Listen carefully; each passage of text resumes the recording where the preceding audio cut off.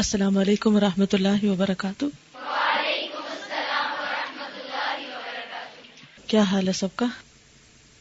نحمدہ ونصلی علی رسولہ الکریم، اما بعد فاعوذ باللہ من الشیطان الرجیم، بسم اللہ الرحمن الرحیم، رب اشرح لی صدری ویسر لی امری واحلل عقدۃ من لسانی یفقہوا قولی۔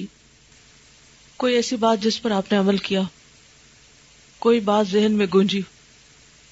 جی بیٹا جی، درختوں کے پتے گرنے کے قریب بھی ہوتے ہیں تو ان میں ایک خوبصورتی ہوتی ہے۔ جی، جیسے ان کو درختوں کے پتوں کی تبدیلی کے بعد آسمان کی طرف دیکھنے کا خیال آیا، اور پھر اس کے رنگوں کی تبدیلی اور بہت تیزی کے ساتھ آسمان پر تبدیلی، اور انہوں نے کہا کہ یہ اس کی وجہ ڈھونڈیں گی۔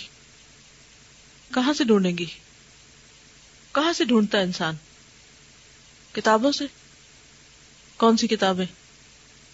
قرآن میں یہ لکھا ہوا کہ آسمان کے رنگ کیوں تبدیل ہوتے ہیں؟ جی، آپ سائنس کے علم سے؟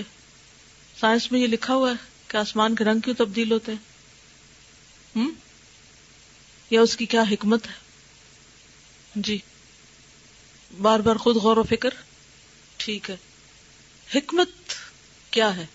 ہر تبدیلی کے پیچھے جو حکمت ہے اس پر غور و فکر کرنے کی ضرورت ہے۔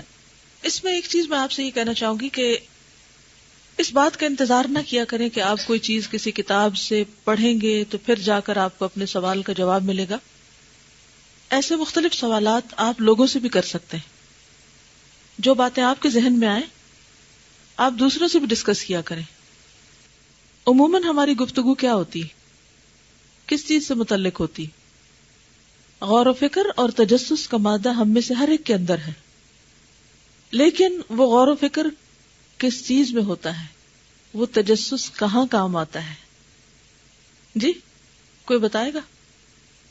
لوگوں کے ذاتی معاملات میں، لوگوں کی شکلوں کے بارے میں غور و فکر، ان کے لباس پر غور و فکر، ظاہری چیزوں پر، ان کے رویوں پر غور و فکر، اور پھر تجسس کس میں؟ لوگوں کی ذاتیات میں۔ فلاں اگر اس سے بات کر رہا ہے تو کیوں؟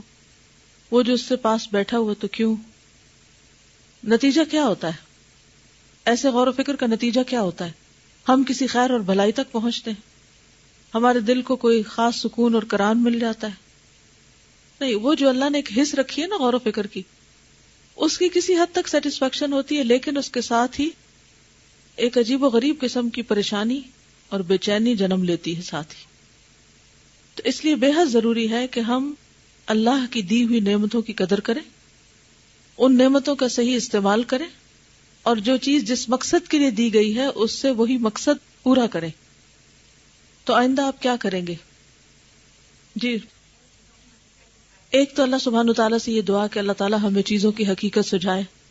اللہم ارنا حقیقت الاشیاء کما ہی، اے اللہ ہمیں چیزوں کی حقیقت جیسی وہ ہیں ویسی دکھا، اور جو جانتے ہیں ان سے سوال کرنا، اچھی گفتگو کرنا، بامقصد گفتگو کرنا، اور کیا کریں گے؟ جی بالکل، بہت سی چیزوں کی اصل حقیقت، اللہ کی بہت سی مخلوقات یا تخلیق کی اصل غرض و غایت، اصل مصلحت تو حقیقت میں صرف اللہ ہی کو معلوم ہے۔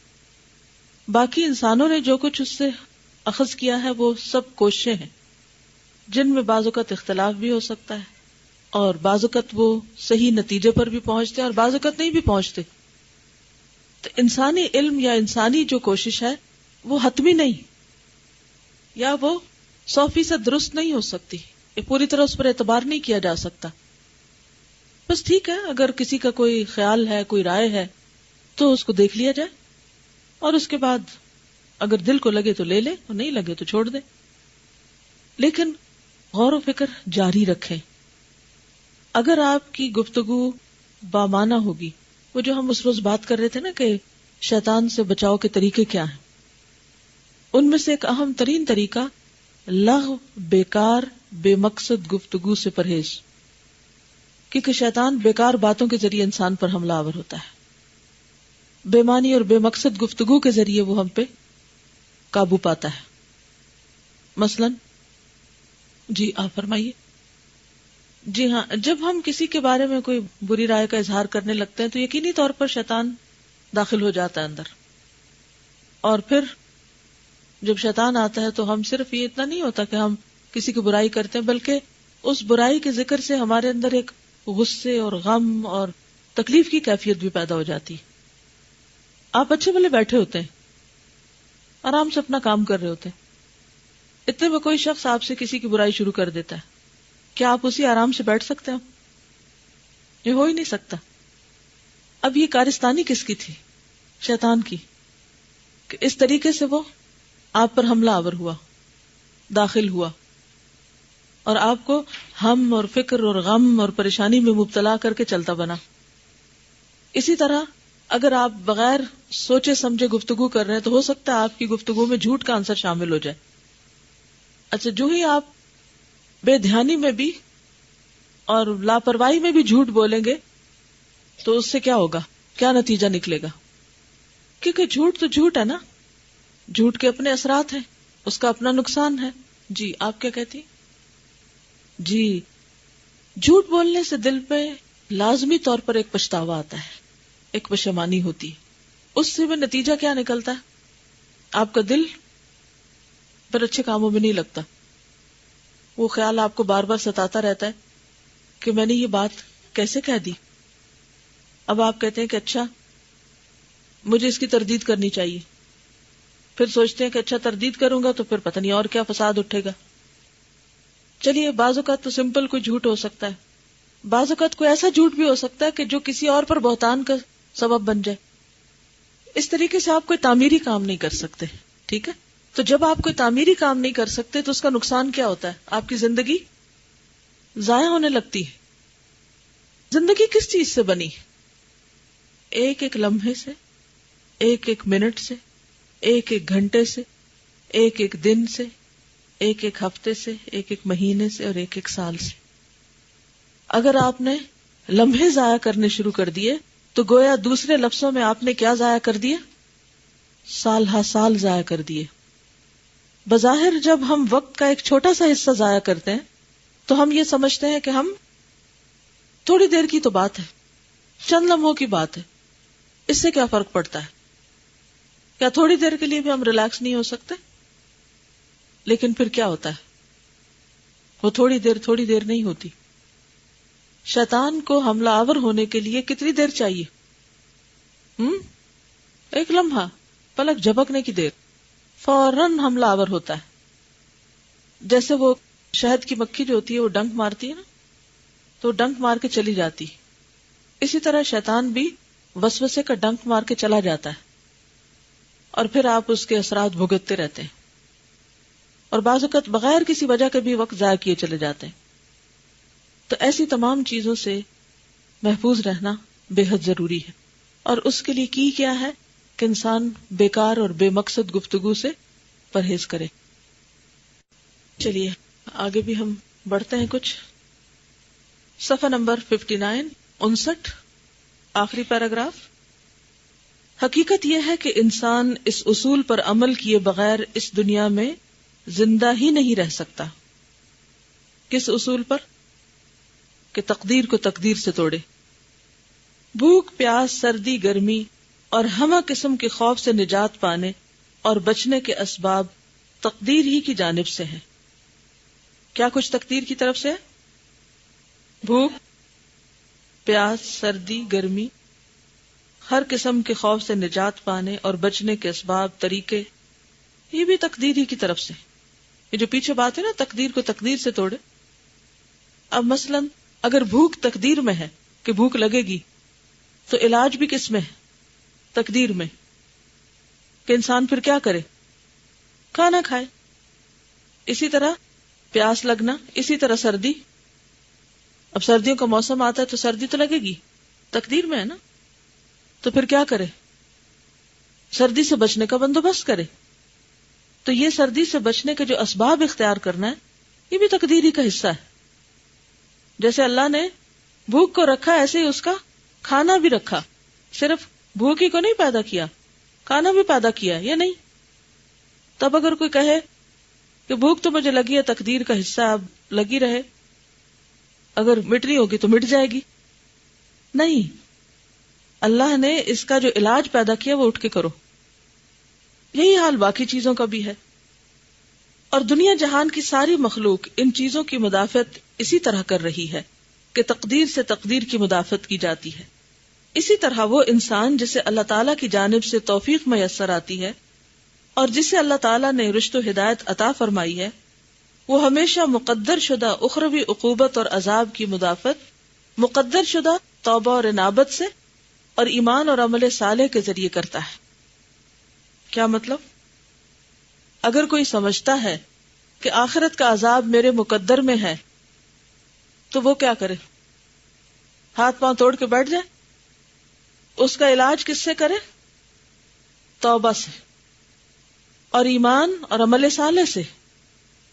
اور یہی وہ تقدیر ہے جس سے دنیا اور آخرت کے تمام خطرات اور تکالیف اور مصائب کا مقابلہ اور مدافعت کی جاتی ہے. دنیا میں بھی اگر آپ سمجھتے ہیں کہ آگ جلاتی ہے یا یہ جو آگ بھڑک رہی ہے یہ آگ جلا دے گی فلاں چیز کو، تو آپ کیا کرتے ہیں کہ تقدیر میں لکھا ہے اس نے تو جلانا ہے، اللہ نے آگ کو بنایا اس لیے کہ یہ جلائے، تو اب یہ جس چیز کو جی چاہے اس کا جلا دے تو ہم چھوڑ دیں گے اس کو؟ کیا کریں گے؟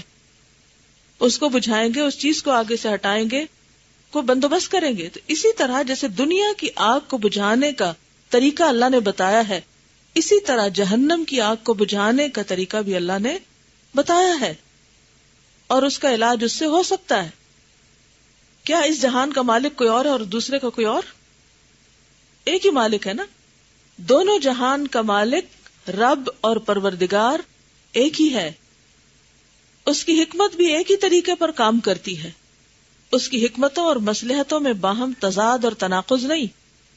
یہ نہیں ہو سکتا کہ یہاں آگ بجھانے کا طریقہ اللہ نے بتایا اور آخرت کی آگ بجھانے کا طریقہ نہیں بتایا، کہ یہاں ایک قانون ہے اور وہاں کوئی دوسرا قانون، یہاں ایک رب ہے تو وہاں کوئی دوسرا رب. اس کی ایک حکمت اور مصلحت دوسری حکمت اور مصلحت سے کبھی نہیں ٹکراتی. ایک مصلحت دوسری مصلحت کو کبھی باطل اور لغو قرار نہیں دیتی. بس تقدیر کا یہ مسئلہ در حقیقت اس شخص کے حق میں جو اس کی قدر و قیمت جانتا ہے اور اس کے حقوق کی کما حقہ رعایت کر سکتا ہے بڑا ہی اہم ہے، اور بڑے بڑے مسائل سے بھی زیادہ شریف اور بزرگ ترین مسئلہ ہے. واللہ المستعان. کیا مطلب؟ اللہ ہی سے مدد چاہی جاتی. لیکن یہاں ابھی دو اہم امور بحث طلب ہیں جن سے انسان کی سعادت اور فلاح وابستہ ہے.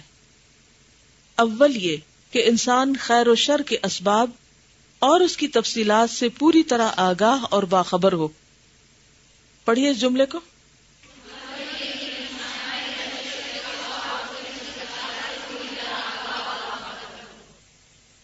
کوئی وضاحت کرے گا کیا مطلب ہے اس کا؟ ہمیں کیا پتا ہونا چاہیے؟ سمپل ورڈز میں کوئی جملے کو دہرائے. جی آپ بتائیے. شابش. یعنی ہم سب کو پتا ہونا چاہیے کہ خیر کس سے آتی ہے، شر کیسے آتا ہے. خیر و شر کے اسباب یہ پتا ہونے چاہیے اور اس کی تفصیلات معلوم ہونی چاہیے. اب واضح ہوئی بات؟ ہم سب کو پتا ہونی چاہیے. کیا پتا ہونا چاہیے؟ خیر و شر کے اسباب، کہ کن چیزوں سے خیر اور بھلائی آتی ہے اور کون سی چیزیں مصیبتیں لاتی ہیں. یہ بڑا اہم نقطہ ہے. بہت سے لوگ اس سے غافل رہتے ہیں. جب کوئی مصیبت آ جاتی ہے تو پھر کیا کہتے ہیں؟ تقدیر میں لکھی تھی، آ گئی. بھائی یہ بھی تو سوچو کہ تمہاری اپنی بھی کوئی غلطی تھی. اللہ سبحانہ وتعالیٰ قرآن پاک میں کیا فرماتے ہیں؟ ما اصابکم من مصیبت فبما کسبت ایدیکم. تمہیں جو بھی مصیبت آئی تمہارے اپنے ہاتھوں کی کمائی سے آئی. اچھا اس وقت ہم بڑے معصوم بن جاتے ہیں. ہم کہتے ہیں کون سی ہمارے ہاتھوں کی کمائی، کون سے گناہ؟ کیا ہمیں اپنے سارے گناہ یاد ہیں؟ یاد ہے ہم سب کو. جو بچپن سے لے کے جب سے ہوش سنبھالا ہے اب تک کیے ہیں، یاد ہی نہیں. ہم گناہ کر کے اتنے مطمئن ہو جاتے ہیں. ہمارا عام طور پر رویہ یہ ہوتا ہے کہ ہم بھی بچوں کی طرح ایک غلط کام کریں گے، پھر دیکھیں گے کچھ نہیں بگڑا، پھر ایک اور کریں گے، پھر ایک اور کریں گے. جس چھوٹے بچے ہوتے ہیں نا کہ پہلے چھوٹی سی چیز کو چھیڑیں گے، جب دیکھیں گے ماں نے کچھ نہیں کہا تو پھر شیر دلیر ہو جائیں گے اور آگے بڑھ جائیں گے. چونکہ دنیا امتحان کی ہے تو بندہ جب گناہ کرتا ہے تو عام طور پر تھوڑی دیر کے لیے اس کے دل میں ملال ضرور آتا ہے کہ میں نے غلط کیا. کہیں میری پکڑ نہ ہو جائے. اور جب دیکھتا ہے کہ پکڑ نہیں ہوئی تو پھر کیا کرتا ہے؟ جی آپ بتائیے. دوبارہ کرتا ہے, پھر اور کرتا ہے, پھر اس سے مزہ لینے لگتا ہے, پھر اس کے بعد کر کرا کے بھول جاتا ہے. بھول جاتے ہیں, یاد ہی نہیں ہوتا. لیکن کیا اللہ نے اس کو گن نہیں رکھا؟ اللہ نے ایک ایک چیز کو گن گن کے رکھا ہوا ہے. اچھا پھر بعض اوقات ایسا ہوتا ہے کہ ہم اس گناہ کو جسٹیفائی کرنے لگتے, توبہ بھی نہیں کرتے. حتیٰ کہ کیا ہوتا ہے, دنیا میں ہی کوئی مصیبت آ جاتی ہے, کہیں پکڑ آ جاتی ہے. اچھا اس وقت جب مصیبت آتی ہے تو ہم کو بالکل یاد نہیں ہوتا کہ پیچھے ہم نے کیا کیا تھا, لہٰذا یہ بھی خیال نہیں آتا تھا کہ توبہ استغفار کریں. اسی طرح بعض اوقات کو خیر اور بھلائی ہمیں نصیب ہوتی ہے, ہم کیا سمجھنے لگتے ہیں؟ مثلاً کسی خیر بھلائی کا نام لیجئے. کون سی خیر بھلائی نصیب ہوتی؟ مثلاً کیا ملنا خیر و بھلائی ہے؟ مال اور اولاد اور جی صحت و عافیت وغیرہ. Okay fine.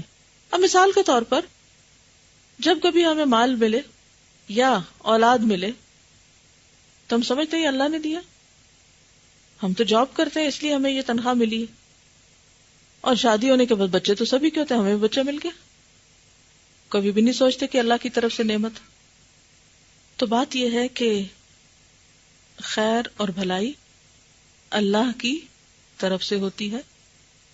خیر اور بھلائی اللہ کی عنایت ہوتی ہے, اس کی رحمت ہوتی ہے. جب وہ ملے تو اس پر فخر کرنے کی بجائے اللہ کا شکر ادا کرنا چاہیے. اور اگر پھر اس میں کوئی تکلیف آ جائے, مال چلا جائے یا اولاد میں کوئی تکلیف آ جائے, تو اس میں اللہ کو بلیم نہیں کرنا چاہیے. پھر سوچنا چاہیے کہ کہاں کمی بیشی ہوئی. بعض اوقات ہم ان کے حق میں کمی بیشی نہیں کرتے, لیکن کیا ہوتا ہے ان کے اندر جو خیر و بھلائی ہوتی ہے اس کو اپنا کمال سمجھنے لگتے ہیں, اسے باعث فخر سمجھنے لگتے ہیں. دنیاوی شہرت یا اپنی ذات کی خود نمائی کا ذریعہ سمجھنے لگتے ہیں. اسی لیے عموماً جب مال آتا ہے تو لوگ اس کو کن کاموں پہ زیادہ خرچ کرتے ہیں؟ اللہ کی خوشنودی کے کاموں میں. اللہ کی خوشنودی کے کاموں میں کیوں نہیں خرچ کرتے ہم؟ کیونکہ ہم یہ سمجھتے ہی نہیں کہ یہ اللہ کی رحمت ہے ہم پر, یا اللہ کی طرف سے ملی ہم کو. اگر ہم یہ سمجھتے ہوں کہ مال اللہ کی طرف سے ہے, اللہ کی رحمت سے ہمیں ملا ہے, تو پھر ہم کیا کریں گے؟ خرچ کرتے وقت یہ ضرور سوچیں گے کہ کیا جہاں میں خرچ کر رہا ہوں اس پر وہ راضی ہے یا نہیں, یا یہ کہ محض اس کو خوش کرنے کے لیے میں نے کیا خرچ کیا ہے. اسی طرح اگر ہم اولاد کو اللہ کی عنایت سمجھے تو پھر ہم کیا کریں گے؟ اولاد کی اچھی تربیت کریں گے. اولاد سے ہماری توقعات کیا ہوں گی؟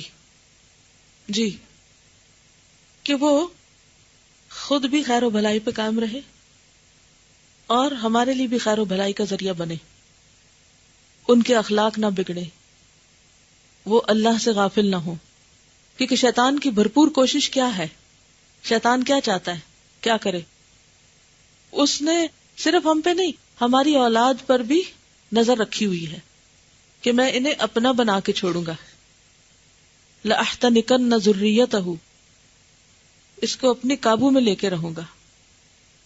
تو اس لیے بے حد ضروری ہے کہ ہم جو خیر ہم کو ملے, جو نعمت ہم کو ملے, اس کے بھی اسباب پہ غور کریں کہ یہ کیوں ملی ہے, کیسے ملی ہے. اور اسی طرح اگر کوئی تکلیف آئے تو اس کے اسباب پر بھی غور کریں اور اس کی تفصیلات سے پوری طرح آگاہ اور باخبر ہو. بس انسان اس بارے میں اپنے مشاہدات کو جو دنیا میں اس کے سامنے آ چکے ہیں اور اپنے اندر باہر کے تجربات کو اور قدیم اور جدید اگلی پچھلی قوموں کے حالات اور واقعات کو جو اس نے تاریخ میں پڑھے اور سنے ہیں, اپنا نصیر و مددگار بنائے. یعنی صحیح راہ پانے کے لیے پھر انسان کیا کرے کہ غور و فکر کہاں سے کرے گا؟ اپنے مشاہدات سب سے پہلے. تو اب غور و فکر کا طریقہ بتا رہے ہیں. اندر باہر کے تجربات جو دنیا میں اس کے سامنے آ چکے ہیں, یعنی جو کچھ وہ دیکھتا ہے انسان خود, جو بھی واقعات اس کے سامنے پیش آتے ہیں, اندر باہر کے تجربات, لائف کے ایکسپیرینس جو ہوتے ہیں, قدیم اور جدید, پرانے نئے, اگلی پچھلی قوموں کے حالات و واقعات، یعنی اپنے خاندانی حالات بھی، واقعات بھی، اور دنیا کے حالات بھی جو اس نے پڑھے اور سنے ہیں، ان کو اپنا نصیر و مددگار بنائے، یعنی ان تجربات سے سبق لے. اور اس بارے میں سب سے زیادہ مفید اور نفع بخش قرآن حکیم ہے. پورے غور و تدبر سے اگر قرآن حکیم کا مطالعہ کیا جائے تو قرآن حکیم ان تمام امور کا بجمیع وجوہ، یعنی تمام طریقوں سے کفیل و ضامن ہے. وجوہ کہتے ہیں یعنی مختلف اس کے جو پہلو ہوں کسی چیز کے، وجوہ وجہ سے. اس کے اندر خیر و شر کے تمام اسباب پوری تفصیل اور پوری وضاحت کے ساتھ موجود ہے، یعنی قرآن مجید کے اندر کہ مختلف اقوام کے ساتھ کیا ہوا. مثلا حضرت نوح علیہ السلام کی کہانی میں ہمیں کیا ملتا ہے؟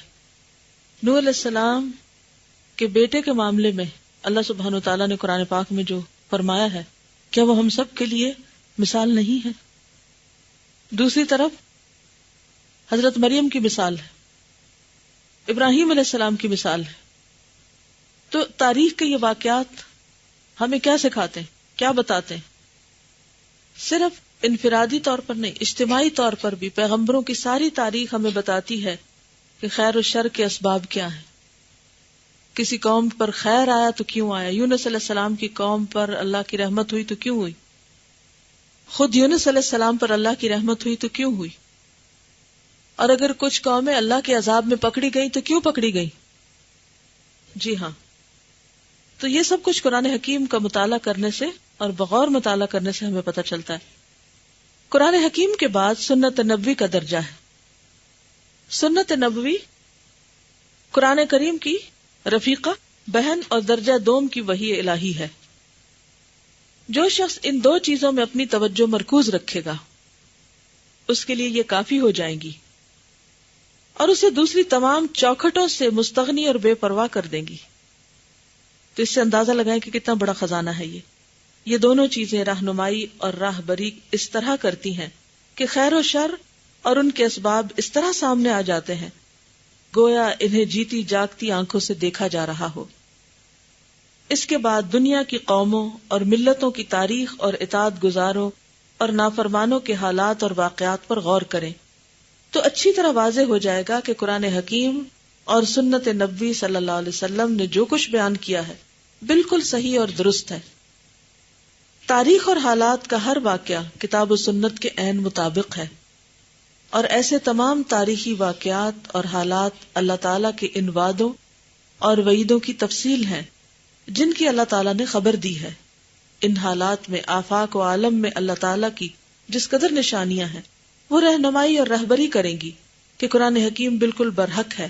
حضرت محمد رسول اللہ صلی اللہ علیہ وسلم برحق پیغمبر ہیں اور اللہ تعالیٰ اپنے وعدے ضرور پورے فرمائیں گے.